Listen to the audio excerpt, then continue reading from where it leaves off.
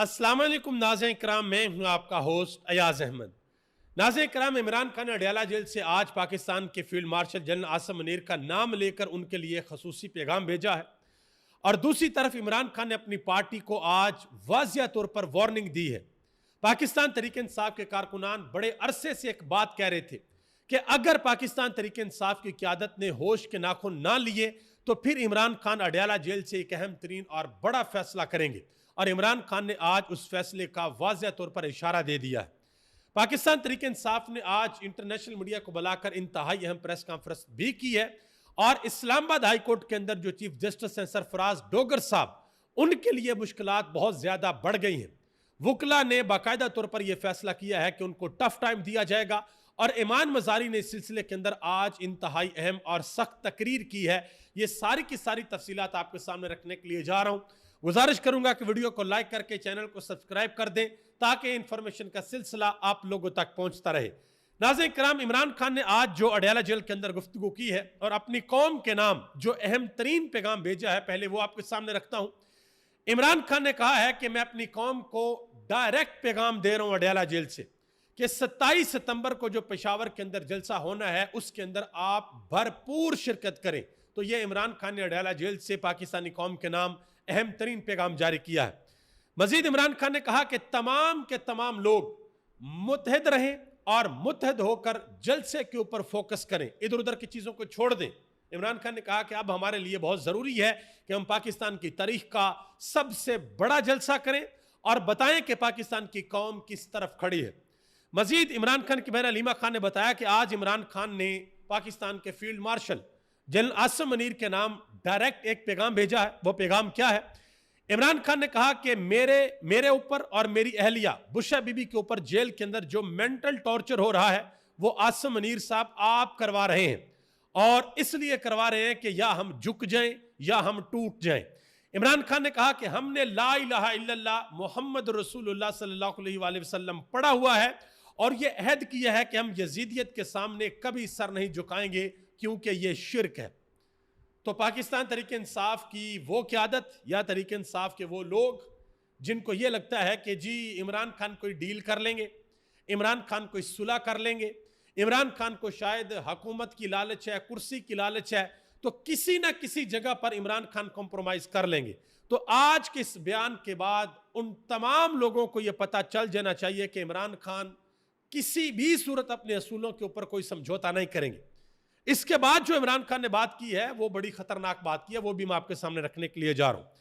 मजीद अलीमा खान ने यह भी कहा, उन्होंने कहा कि इमरान खान ने आज ये वाज़ेह तौर पर कहा है कि जनरल याह्या खान ने फौज का कंधा इस्तेमाल करके अपने इक़्तिदार को 10 साल तक खींचा, जुल्म का निज़ाम कायम किया, जिसके नतीजे में मुल्क टूट गया। इमरान खान ने कहा कि जनरल आसिम मुनीर आपको फौज ने इलेक्ट नहीं किया, आप ये सोच रहे हैं कि फौज का कंधा इस्तेमाल करके 10 साल तक बैठे रहेंगे। इमरान खान ने कहा कि मुल्क के हालात पर फोकस करें।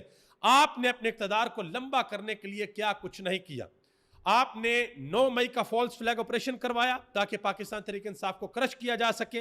फिर आपने इलेक्शन में पाकिस्तान तहरीक इंसाफ का जो वोट है वो चोरी किया और जो हुकूमत है वो मैंडेट चोरों के हवाले कर दी।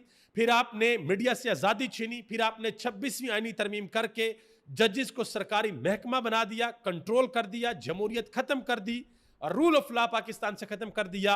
आपने इंसानी हकूक़ की खिलाफ वर्जियां करते हुए जुल्म की दास्तानें रकम की और इस नतीजे में बैरूनी इन्वेस्टमेंट आना बंद हो गई। पिछले 3 सालों में आपने मुल्क पर कर्जा दुगना कर दिया। ये सारी की सारी बातें इमरान खान ने अडयाला जेल के अंदर की हैं। अब जरा आ जाए जो इमरान खान ने अपनी पार्टी को कहा है। एक तो इमरान खान ने आज एक पेशेनगोई की है। इमरान खान ने कहा कि इलेक्शन से पहले मैंने ये पेशेनगोई की थी कि पाकिस्तान तहरीक इंसाफ इलेक्शन को मुकम्मल क्लीन स्वीप करेगी और वैसा ही हुआ। इसके अलावा इमरान खान ने और चीज़ें भी कही थी। इमरान खान ने कहा था कि मुझे डिस्क्वालीफाई किया जाएगा, मुझे जेल के अंदर बंद किया जाएगा, नवाज शरीफ को लाया जाएगा, उसको इलेक्शन लड़वाया जाएगा, सब कुछ किया जाएगा, लेकिन आखिर में इलेक्शन जो है वो पाकिस्तान तहरीक इंसाफ जीत जाएगी और पाकिस्तान तहरीक इंसाफ इलेक्शन जीत गई। अब इमरान खान ने कहा है कि अब मैं ये पेशेनगोई कर रहा हूं कि गुर्बत और नाइंसाफी की वजह से जो पाकिस्तान के हालात हैं वो श्रीलंका और नेपाल जैसे होंगे। कि जो सिस्टम इस वक्त मुल्क के अंदर है, जो गुर्बत है, जो नाइंसाफी है, उसकी वजह से अवाम तंग होंगे, अवाम का गुस्सा बढ़ेगा, अवाम एक दिन फट पड़ेंगे और मुल्क के हालात श्रीलंका और नेपाल जैसे होंगे।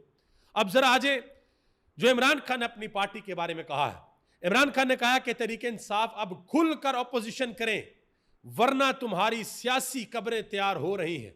ये जरा गौर करें इस फिक्रे के ऊपर जो इमरान खान ने कहा कि तहरीक इंसाफ खुलकर ऑपोजिशन करे वरना तुम्हारी सियासी कब्रें तैयार हो रही हैं। इमरान खान ने कहा कि निकलें और इस अवाम को लीड करें जिनका मैंडेट चोरी हुआ है, जिन पर जुल्म हुआ है। क्योंकि इमरान खान को अडयाला जेल के अंदर एक चीज का मुकम्मल तौर पर इदराक है कि मेरी जो क्यादत है ना, ये सारी की सारी लेला क्रेसी के ऊपर लगी हुई है। ये बाहर निकलकर अवाम को लीड करने को तैयार नहीं है। और जो इमरान खान के कारकुनान हैं, जो इमरान खान के वर्कर हैं, वो इमरान खान के साथ इस लेवल के ऊपर उनकी कमिटमेंट है कि वो जाने देकर भी पीछे हटने को तैयार नहीं है, वो कुर्बानियां देकर भी पीछे हटने को तैयार नहीं है। उसकी एक मिसाल मैं आपके सामने रख देता हूं।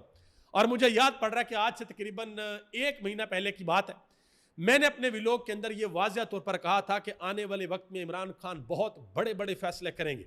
और मैंने यह भी कहा था कि इमरान खान ये फैसला कर सकते हैं कि सारी की सारी तहरीक इंसाफ को डिसॉल्व कर देंगे, कि खत्म सारे के सारे जो बाहर नहीं निकल सकते। और तहरीक इंसाफ के कुछ रहनुमा हैं, मैं अब उनका नाम नहीं लेना चाहता, उन्होंने बाकायदा तौर पर मेरी इस बात पे नाराजगी का इजहार किया था कि ये क्या बात हो रही है। तो उसका पहला फेज आज शुरू हो गया अडयाला जेल से, जिसमें इमरान खान ने वाज़ह तौर पर कह दिया है कि अगर आप लोगों ने खुलकर अपोजिशन ना की तो फिर तुम्हारी सियासी कब्रें तैयार हो रही हैं। चाहे वो अली अमीन गंडापुर हो, चाहे वो MNAs हों, चाहे वो MPs हों, चाहे वो तहरीक इंसाफ के हुद्देदारान हों, अवाम की नजरों में आप जीरो हो जाएंगे। क्यों इमरान खान ने महमूद खान अचकज़ई को बनाया अपोजिशन लीडर, नामजद किया? क्यों इमरान खान ने अलामा राजा नासर वास को कहा कि आप होंगे अपोजिशन लीडर सेनेट के अंदर? तहरीक इंसाफ के MNAs कहां पे हैं? तहरीक इंसाफ के सेनेटर्स कहां पे हैं? मौजूद हैं, लेकिन इमरान खान की लाइन के ऊपर नहीं है, इमरान खान के नजरिए के ऊपर नहीं है और इमरान खान के असूलों के ऊपर नहीं है। इस वजह से इमरान खान ने वाज़ह तौर पर कह दिया कि भाई सही तरीके से चलना तो ठीक है, वरना तुम्हारी सियासी कब्रें तैयार हो रही हैं। और ये कोई छोटी बात नहीं है, ये सियासी लोगों को इस बयान की बड़े अच्छे तरीके से समझ आएगी। अब जरा आज मैं एक मिसाल आपके सामने रखता हूं कि इमरान खान के जो कारकुनान हैं, जो इमरान खान के वर्कर हैं, उनकी इमरान खान के साथ कमिटमेंट का लेवल क्या है, वो कैसे इमरान खान के साथ जुड़े हुए हैं। आपको याद होगा एक बच्चा था, नौजवान था, अनीस सत्ती, जिनको पाकिस्तान तहरीक इंसाफ ने उनके बारे में कंप्लीट डाटा दिया हुआ है कि उनको शहीद किया गया इस्लामाबाद में, जो 24 दिसंबर की फाइनल कॉल थी, 26 दिसंबर को उनको शहीद किया गया। उनके भाई हैं आसम शहजाद सत्ती। कल वो अपने वालिद के साथ अडयाला जेल के बाहर मौजूद थे, मैंने आपको तस्वीर भी दिखाई थी कल वाले व्लॉग के अंदर। आज उन्होंने एक ट्वीट किया, उन्होंने कहा कि 26 दिसंबर को मेरे वालिद की आंखों में आंसू पूरी दुनिया ने देखे। हमारे भाई शहीद अनीस सत्ती को सिक्योरिटी फोर्सेस ने गोली मारकर शहीद किया, उसके बावजूद हम आज भी इमरान खान के साथ डट के खड़े हैं। हम गोलियों से डरने वाले नहीं हैं। आपकी गोलियां खत्म हो जाएंगी लेकिन हमारे सीने हाजिर रहेंगे। उन्होंने कहा कि अगर आप ये समझते हैं कि हम गोलियों और अगवा से डर जाएंगे तो ये आपकी गलतफहमी है। हमारी नस्लें खत्म हो जाएंगी लेकिन खुदा की कसम इमरान खान का साथ नहीं छोड़ेंगे, आपका मुकाबला करेंगे। 21 सितंबर को इंशाल्लाह अटक पुल पर एहतजाज करेंगे और इन ताकतवर हलकों को बताएंगे कि हम आपकी गोलियों से, आपकी लाठियों से डरने वाले नहीं हैं। इंशाल्लाह जब भी एहतजाज की कॉल होगी हम पहले की तरह फ्रंट से लीड करेंगे। अल्लाह पे यकीन है और उस यकीन के साथ इंशाल्लाह पाकिस्तानी अवाम निकलेगी और इन करप्ट लोगों को, करप्ट ब्यूरोक्रेट्स को, जर्नलों को, इन करप्ट ऐवान के अंदर बैठे नुमाइंदों को, इन सब को इंशाल्लाह गिरबान से पकड़कर डी चौक पर लाएंगे और अपने सैकड़ों मासूम कारकुनान के खून का हिसाब लेंगे। इनको भागने नहीं देंगे, अपनी जदोजहद जारी रखेंगे। ये आप अंदाजा लगा लें कि ये इमरान खान के कारकुनान क्या कह रहे हैं। ये उनका लेवल ऑफ कमिटमेंट है इमरान खान के साथ और यही level of commitment Imran Khan चाहते हैं कि मेरी पार्टी की आदत का मेरे साथ हो। अगरचे अब देखिए ये उन्होंने जो अल्फाज इस्तेमाल किए, उनका भाई शहीद हुआ है तो वो कहते हैं कि हम तो इमरान खान के साथ हैं, हम तो नहीं डरेंगे और हम सबको पकड़ के कटहरे में खड़े करेंगे और इनका हिसाब लेंगे। ये वो भाई कह रहा है जिसका एक भाई जो है वो इस दुनिया से जा चुका है एहतजाज के अंदर। तो ये आप अंदाजा लगा लें कि ये हालात वाकयात कहां पर है। इसीलिए इमरान खान ने कहा कि अब तुम्हारी सियासी कब्रें फिर तैयार हो रही हैं अगर तुम मेरी लाइन के ऊपर ना चले। पाकिस्तान तहरीक इंसाफ ने आज एक अहम तरीन प्रेस कॉन्फ्रेंस की और यह बड़ी ज़रूरी थी। इंटरनेशनल मीडिया को बुलाया गया और सलमान अकबर राजा शाह ने वाज़िया तौर पर बताया कि किस तरीके से पाकिस्तान के अंदर 2024 में इलेक्शन फ्रॉड किया गया, इलेक्शन चोरी किया गया, अवाम का मैंडेट चोरी किया गया। और वो जो कॉमनवेल्थ की रिपोर्ट लीक हुई है उसके बारे में उन्होंने बताया कि किस तरीके से क्या क्या चीज़ें उसके अंदर मेंशन की गई हैं कि कैसे पाकिस्तानी कौम का 24 करोड़ लोगों का मैंडेट लूटा गया। ये बड़ी इंपॉर्टेंट चीज़। अब तो जब अगले में इसी महीने के आखिर में जब आएगी रिपोर्ट आएगी जो कॉमनवेल्थ जारी करेगा, उसके बाद देखिएगा माहौल क्या बनता है। और इसके अलावा एक और चीज़ बताता चलूँ, पाकिस्तान तहरीक इंसाफ के जो कारकुनान है, क़यादत नहीं कारकुनान, अहम तरीन एक्टिविटीज़ करने के लिए जा रहे हैं। 2 एक्टिविटीज़ हैं। 20 सितंबर को रात 9 बजे ये मिशन नूर करने के लिए जा रहे हैं और मेरा ख्याल है उसका ये पहला फेज़ होगा। पहले फेज़ के अंदर ये लोगों से अपील कर रहे हैं, पाकिस्तानी अवाम से अपील कर रहे हैं कि आप जहाँ पर भी हैं, आप अपने घर में हैं, कमरे में हैं, छत पे हैं, बाज़ार में हैं, दुकानों में हैं, खेतों के अंदर हैं, जहाँ पर भी आप हैं, आप वहाँ पर अल्लाह का नाम लें, आप वहाँ पर अजान दें। और मकसद इसका ये है कि अल्लाह से अपनी गुनाहों की, अपने जो भी गलतियाँ कोताहियाँ इंसान से ज़िंदगी में हुई हैं उससे तौबा की जाए और अपना मुकदमा अल्लाह के हजूर पेश किया जाए, अल्लाह की अदालत के अंदर पेश किया जाए। और इस हवाले से सलमान अकबर राजा से सवाल भी हुआ तो उन्होंने इस चीज़ को एंडोर्स किया। उन्होंने कहा जी बिल्कुल करना चाहिए, इसमें कोई ऐसी गलत बात नहीं है। उन्होंने कहा जी ये बिल्कुल ठीक चीज़ है और हम इसकी तायद करते हैं। तो अब पाकिस्तान तहरीक इंसाफ की क़यादत ने भी इसकी तायद कर दी है और सोशल मीडिया पर तो भाई हर जगह पर आप देखें तो हर तरफ मिशन नूर हो रहा है। और इसमें मेरे ख्याल से जो सबसे अट्रैक्टिव चीज़ है ना, वो ये है कि आपने अल्लाह का नाम लेकर, अजान देकर अपने मामलात जो आपकी कौम के साथ हो रहे हैं, आपके साथ हो रहे हैं, वो सारे के सारे आपने अल्लाह के हजूर पेश कर देने।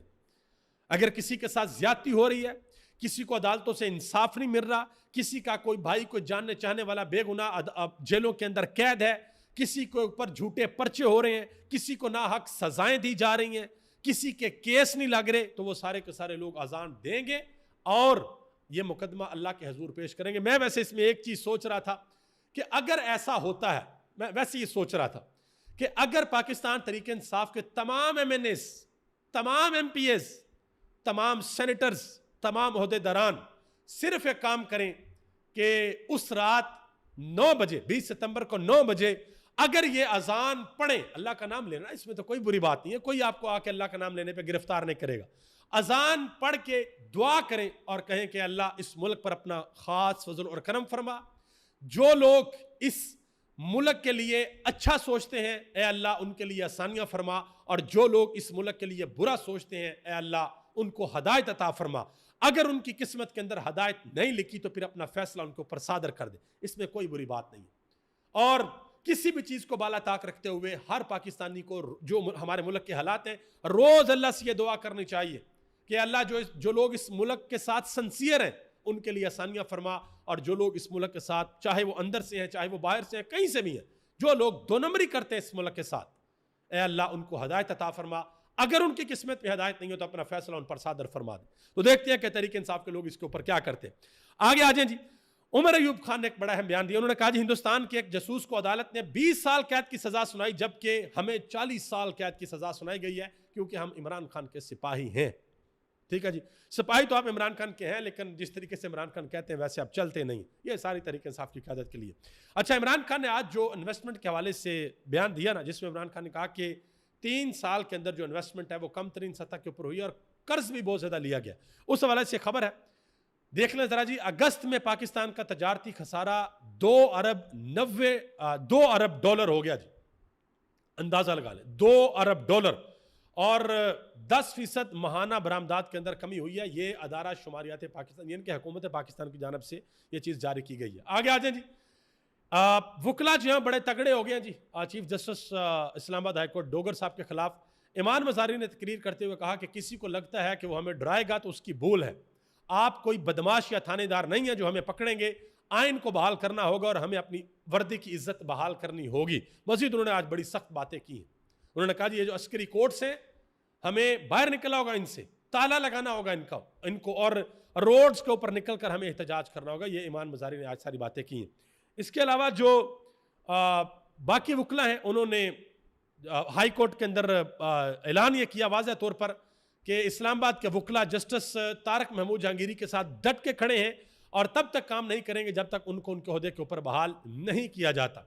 और चीफ जस्टिस से हैदर मजीद, जो पाकिस्तान तहरीक इंसाफ के बड़े मुतर्रक कारकुन है, 2 साल उन्होंने मिलिट्री जेल काटी, बाहर आए, उन्होंने चीफ जस्टिस से एक अहम तरीन सवाल किया। उन्होंने कहा कि पिछले दिनों चीफ जस्टिस ने बयान दिया कि किसी को अदालत की बेतौकीरी की इजाजत नहीं दूंगा। उन्होंने कहा कि मैं ये पूछता हूं कि चीफ जस्टिस साहब, जब आप कोई फैसला देते हैं और आपके फैसले पर अमल दरामद नहीं किया जाता तो क्या इससे अदालत की बेतौकीरी के अंदर इजाफा नहीं होता? क्या उस वक्त आपको महसूस नहीं होता कि मेरे फैसले को नहीं माना जा रहा, अदालत की बेतौकीरी हो रही है? ये अहम तरीन सवाल पूछा गया। अच्छा जी, जस्टिस तारक महमूद जहांगीरी की एक वीडियो सोशल मीडिया के ऊपर बहुत ज़्यादा वायरल हो रही है, पुरानी वीडियो है, जिसमें वो कहते हैं कि हमारा काम बड़ा मुश्किल काम होता है, कई बार रात को नींद नहीं आती कि कहीं फैसला गलत ना हो जाए, बेगुनाह को सज़ा और सज़ा याफ्ता बंदा अगर बरी हो जाए तो हमारे दिल के ऊपर बड़ा बोझ होता है। और देखें, ये तो असल चीज़ है, अल्लाह ने आपको इंसाफ की मसनद के ऊपर बैठा दिया और वहां पर बैठकर आपका एक ही काम है कि आप अल्लाह के बंदों के माबैन इंसाफ करें। और जब आप 2 नंबरी करते हैं ना, जब आप इंसाफ नहीं देते तो अंदर से ज़मीर मलामत तो करता है। जब आप अच्छा काम करते हैं, अब आपको अल्लाह की तरफ से सुकून भी बड़ा मिलता है, बड़े अच्छे तरीके से नींद आती है आपकी। जो आप कह लें कि आपकी जो एक इंसान का स्पिरिचुअल पार्ट होता है, आपको वहां पर बड़ा अच्छा महसूस होता है। लेकिन जब आप 2 नंबरी करते हैं तो फिर आपकी रूह को तस्कीन नहीं होती, आपकी रूह बेचैन रहती है। आप चाहे जो मर्जी कर लें, आपकी रूह बेचैन रहती है, आपको पता होता है कि आपने ठीक नहीं किया। और ये चीज़ सिर्फ जजेस के लिए नहीं, ये हर किसी के ऊपर इंप्लीमेंट होती है। आगे आ जाए जी, बैरिस्टर सैफ साहब अली अमीन गंडापुर के मशीर हैं, कहते हैं कि अगर कोई ये सोच रहा है कि हम पार्टी प्रेशर की वजह से अडयाला जेल गए तो उसको अपनी गैर दानिशमंदाना सोच पर शर्मिंदगी होनी चाहिए। उन्होंने कहा कि उन लोगों में इतनी हिम्मत नहीं है कि अपने नाम की आईडी के साथ आएँ, ऐसे लोगों की हमें कोई परवाह नहीं है। बेसिकली तहरीक इंसाफ के सोशल मीडिया के बारे में बात हो रही है। तहरीक इंसाफ के सोशल मीडिया ने यह बड़ा प्रेशर बनाया था कि भाई क्यों नहीं जाते अली अमीन गंडापुर साहब अडयाला जेल इमरान खान से मिलने के लिए? इमरान खान की बहनें जा सकती हैं, उनके कारकुनान जा सकते हैं, अली अमीन गंडापुर क्यों नहीं जाते? तो अली अमीन गंडापुर आए 2 दिन, तो अभी कहा जा रहा नहीं जी वो किसी प्रेशर के ऊपर नहीं आए। चलिए, अच्छी बात है, रोज आना चाहिए। आगे आ जाए जी, खबर यह है कि CCD पंजाब के 2 अफसरान ने उनके बारे में खबर आई है कि ड्रोन्स के जरिए वो बैरून मुल्क मुंशियात स्मगलिंग करते थे। ठीक है जी, DGI की सरबराही के अंदर JIT तश्कील दे दी गई है। अंदाजा लगाएं ये CCD वाले क्या कर रहे हैं, माशाल्लाह। आगे आ जाए जी, पाकिस्तान एशिया कप खेलेगा या नहीं? अभी इस वक्त जब मैं आपके सामने वीडियो बना रहा हूं, अभी तक कोई फैसला नहीं हुआ। मोहसिन नकवी साहब मशावरत कर रहे हैं रमीज़ राजा के साथ, नजम सेठी के साथ, बाकी दूसरे लोगों के साथ कि हमें आगे क्या करना चाहिए, कि हमें ये पार्टिसिपेट में करना चाहिए या नहीं करना चाहिए। तो देखते हैं कि क्या फैसला होता है। अभी तक खैर कोई फैसला नहीं हुआ, अब से 1 घंटे 1.5 बाद फैसला हो जाएगा कि आया हमने मैच खेला या नहीं खेलना। लेकिन उससे कबल रमीज़ राजा ने मोहम्मद मालिक के शो के अंदर वाज़ह तौर पर यह बात की। उन्होंने कहा कि बात बड़ी सीधी है, अगर आप पाकिस्तान की इज्जत बढ़ाना चाहते हैं तो अगला मैच इंडिया से खेलें और इंडिया को मैच हराएं, ये उन्होंने कहा, वाज़ह तौर पर कहा। और मुशाद हुसैन सैयद ने भी एक बड़ी अहम बात की। उन्होंने कहा कि मुझे ये समझ नहीं आती कि किस चीज़ की ज़रूरत है हमें इंडिया के साथ खेलने की। उन्होंने कहा कि आपकी वो बेइज्जती करते हैं, आपसे नफरत करते हैं, आपसे खेलने को तैयार नहीं है, तो आप भी उनका बायकॉट करें। ये मुशाद हुसैन सैयद ने कहा, उन्होंने ये एक डिफरेंट बात की है। ठीक है जी, अभी तक इतना ही। आप सबका बहुत बहुत शुक्रिया।